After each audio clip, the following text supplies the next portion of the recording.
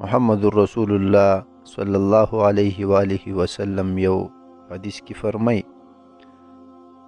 چې امام بخاری رحمه الله او امام مسلم رحمه الله په کتابونو کې نقل کړی دی.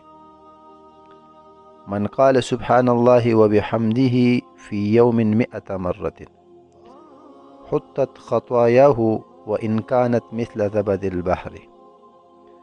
کم یو انسان چې سبحان الله وبحمده دا کلمات پرس کې سلزله وي، حطت خطاياه، د داسې انسان گناهونه به الله رب العالمین معاف کړي، لرې به یې کړي. وإن كانت مثل زبد البحر، اگر که هغه د سمندر د زګ برابر وي.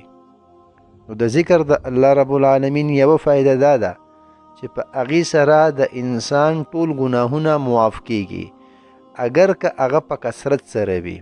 یعنی د سمندر زګ دا ډیر وي نو تکثیر طرف ته اشاره ده چې د انسان ګناهونه هر څومره ډیر شي نو د الله رب العالمین ذکر هغه ګناهونه ختمي، هغه لرې کوي.